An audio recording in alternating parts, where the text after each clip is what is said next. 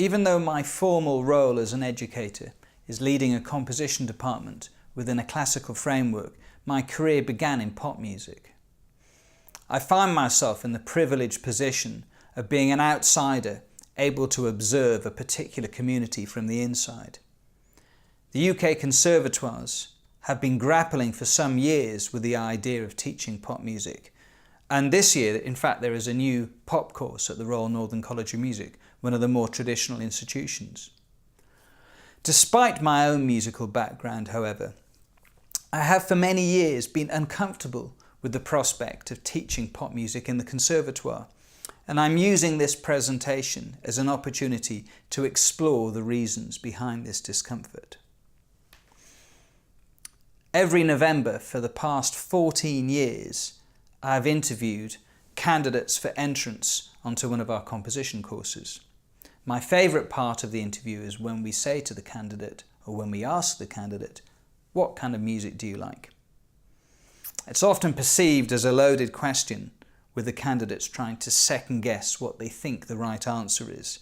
The worst answer, however, the one that makes the panel groan inwardly, I should say, is I like everything.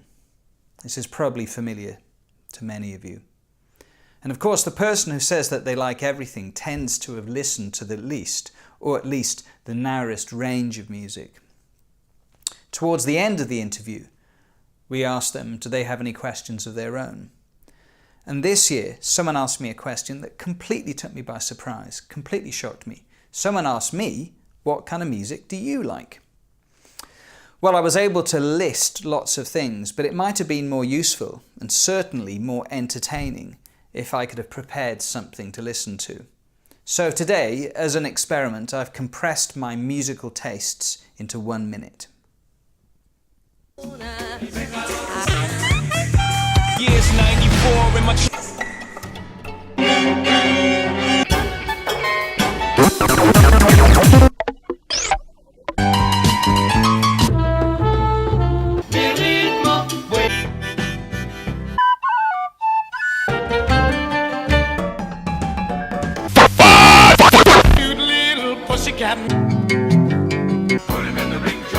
to rhyme every time I sing.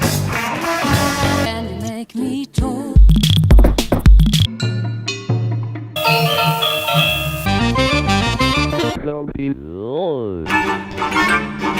That's all.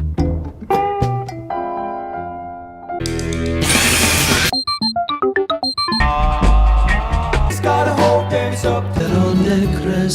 Love and dear. Brain inside. Rainbow Chug Bandit. Rainbow Chug Bandit. Christian Barnard, the famous hearty pop.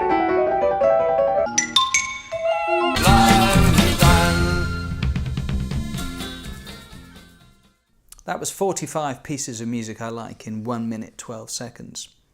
But how to sum that up? What connects these works?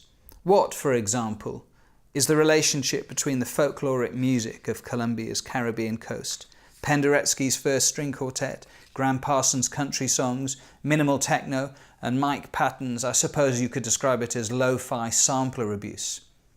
Rather than delve into any comparative analysis, I'm going to define it simply as art music. The term art music has of course been synonymous with Western classical music, but it could be reclaimed and redistributed.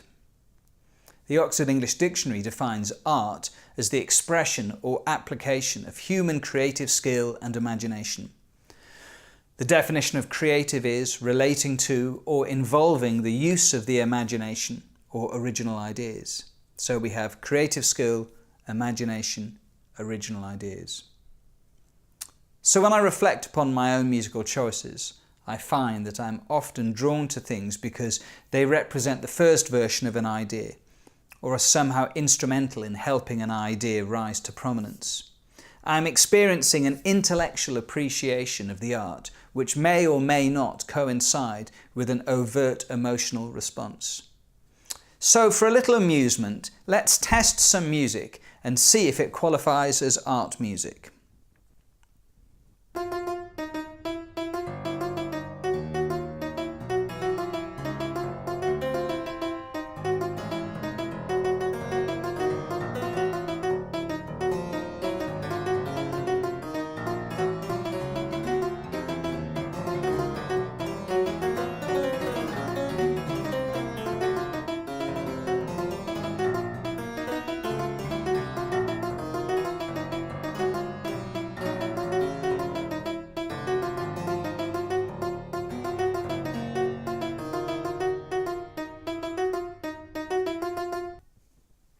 So that was Conlon Nancarrow's Player Piano Study number 27, and it consists of a central pulse, which is probably an isorhythmic pattern, with multiple tempo cannons accelerating and deaccelerating around the central pulse. This was the first time the composer had used this technique, and indeed the first time anybody had used this technique. Is this art music? Yes, this is art music. Here's another one.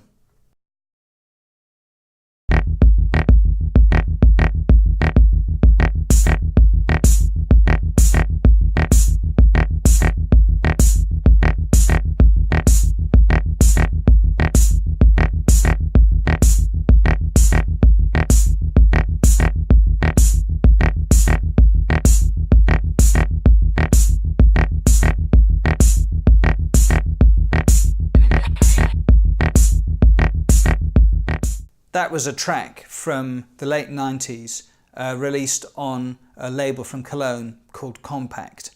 And it was part of a collection of minimal techno that was for the first time completely made in 12/8. Is this art music? Yes.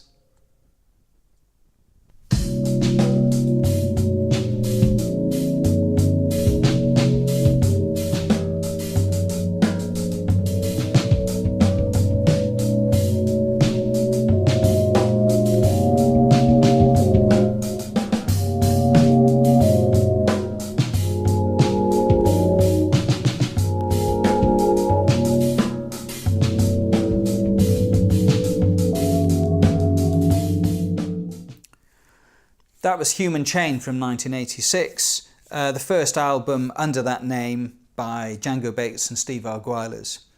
The years before had seen the release of the first affordable sampling keyboards, and Django Bates was probably the first jazz composer to use them in an improvised way, and he really made that instrument his own at that time. Is this art music? Yes, of course it is. Let's test one more.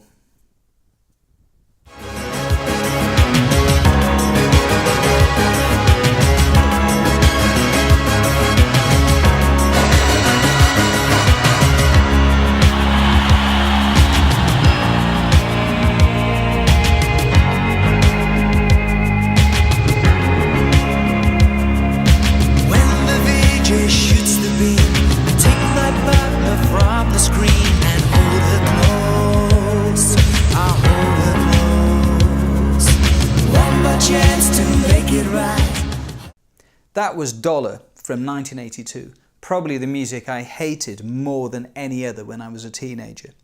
Anodyne, shallow, devoid of any artistic risk, devoid of any adventure. It didn't have anything that a frustrated teenager needed in music. Is that art music? Of course it's not art music. But my friend Sean O'Hagan from the High Llamas, he really appreciates the harmonies that Dollar used, and particularly the way that the vocals and the backing vocals were arranged. So it is on his art music list. So enough of this phony categorization. What we are of course talking about is personal taste. Well, for musicians and music educators, not just taste, but individual artistic inquiry. So if an individual's inquiry can adopt seemingly unambitious music into an artistic framework, can the lack of inquiry have the opposite effect? Let's look at what we might call the Schubert syndrome. Schubert was a superb inventor with what was at the time an adventurous approach to harmony, structure, instrumentation, and definitely storytelling. However, his work was little known in his lifetime, and his inferred status as one of the greats occurred only after his death. Schubert displayed immense creative skills, imagination, and originality, so easily fulfills my own personal art music definition. However, when we look at how Schubert tends to be programmed today, these are forthcoming events in London, Dortmund, Budapest, Dublin. We see his works played almost exclusively alongside other greats, Chopin, Liszt, Beethoven, Mendelssohn. I can see little evidence of artistic inquiry, of individual artistic inquiry on the part of the programmers, and absolutely no interest in artistic risk whatsoever. Despite the adventures of the 20th century, the classical music community, fed by the Conservatoires, continues playing imaginative music in a non-imaginative way, obsessed with a very fixed view of the greats. Here is the hero from the film Whiplash, working hard through the night because he wants to be one of the greats. Unfortunately, no one has told him that the possibility of being great in the way Buddy Rich was is no longer available. He's going to need a great deal more originality and artistic inquiry if he wants to emulate his hero. And this brings me to my second main point. Here is the great Buddy Rich talking about country music. Buddy, you said that you don't like country music, so, and you have some definite feelings about musical tastes. Absolutely. I think that it's about time that this country grew up in this musical taste, rather than making the giant step backwards that country music is doing. We try very hard to do things like the moon landing and our new cars and fashions and everything, all a step forward. And country music is a giant step backwards. It's so simple that anybody can sing it, anybody can do it, anybody can play it on one string. Now, I hated country music when I was younger. But when I grew up a bit and I found myself in a bar, lonely, probably drunk somewhere, Hank Williams' music began to make perfect sense to me. What Buddy is referring to could be described as musical naivety, or perhaps more kindly, innocence. So on the theme of innocence, here are the White Stripes from 2007.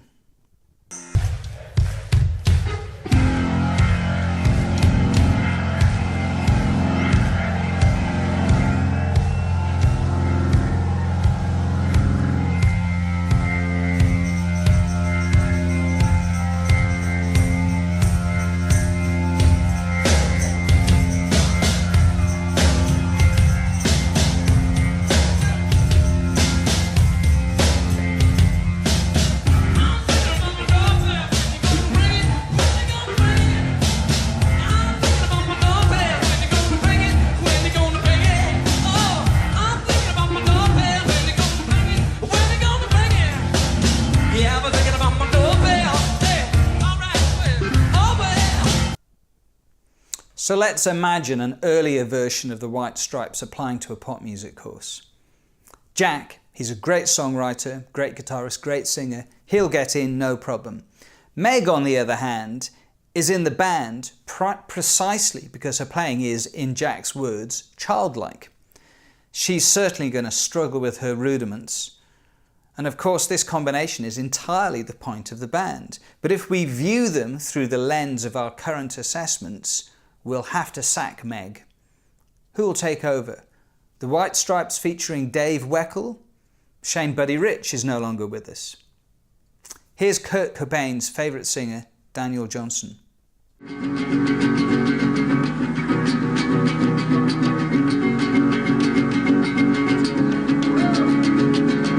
I was out in San Marcos a year ago today, they probably would have put me in a home. But I threw all my belongings into a garbage bag and out into the wilderness I did roam. My hopes lay shattered like a mirror on the floor. I see myself and I look really scattered, but I live my broken dream. Now, Daniel Johnston's not even going to get an audition. And the list of successful pop music with fragile technique could go on and on. The world is full of kids making bands and thinking that they have invented something new. But I am an expert. There is not a piece of music you can play me, probably not even a recorded sound of any type, that I couldn't find some musical precedent for. I could put these kids on the right track, point them towards people who had the same ideas long before they did. But do I really want to? The history of pop music is full of naive kids who happen upon an interesting method, perhaps misuse a piece of technology and end up changing the game in some way. Do we really want to limit their opportunity to get things wrong? There's an interesting comparison with the visual arts, which has a long tradition of the naive. Henri Rousseau painted jungles without ever having seen one or even having left France. He was critically derided for being technically inept during his lifetime, but we're way beyond any concerns about his work being valid now. Here's another example. This is John Baldessari's influential 1971 piece called I Am Making Art.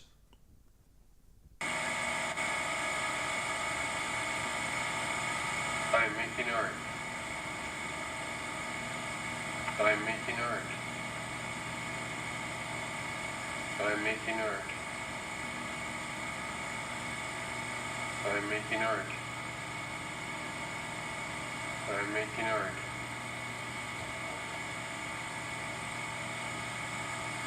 I am making art. I am making art. I am making art. He has made a piece that is criticising those who think anything is art, while simultaneously creating art out of almost nothing. This is a work by David Shrigley. Now, his absurd cartoons do not seem like the most likely images to be accepted by the major institutions. But his work has earned him a Turner Prize nomination and the most public accolade London can bestow, a sculpture on the fourth plinth in Trafalgar Square. And finally, returning to the image that I'm using as a logo for this talk by Keith Haring, another example of so-called naive art. £20,000 plus for a print, if you could find one for sale. The fine arts academies have developed a theoretical dialogue to appreciate concepts rather than just materials. This has been mirrored by experimental music and sits with reasonable comfort in many university music departments. However, the Conservatoire system is predicated upon virtuosic performance skills. Can we appreciate and include naive pop music in its conceptual virtuosity? Do we need to discover other measures of virtuosity? Virtuosic curation, virtuosic listening. If there was a new type of virtuosity, how would we recognize it? Returning to my original discomfort of teaching pop music in the Conservatoire, the best of what the Conservatoire does is to nurture skills within a thriving, mind-expanding environment. Just look at what's going on here at Trinity Laban as part of CoLab. The worst is to suck the individuality and inquiry out of music making, leaving superb technique within a dry husk. Not so much art, more like a martial art.